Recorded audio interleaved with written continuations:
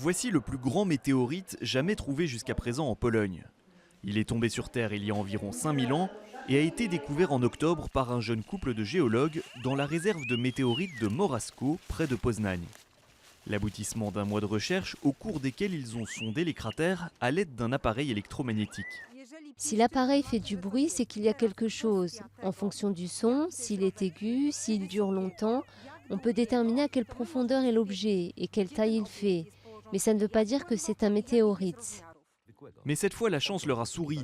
Enfoui 2,5 mètres sous terre, ce colosse de 261 kg a été extrait pendant plusieurs jours avant d'être acheminé vers l'Institut géologique de l'université de Poznań.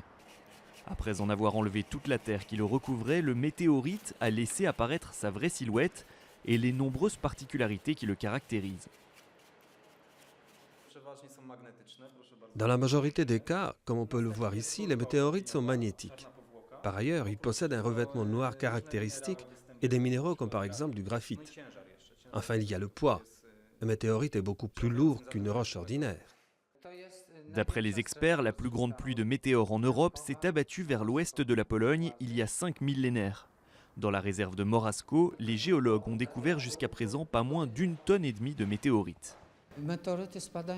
Des météorites tombent pratiquement chaque jour sur la Terre, mais la majorité se consument dans l'atmosphère et ne tombent pas sur le sol. Les meilleurs endroits pour faire des recherches, ce sont l'Antarctique et les déserts.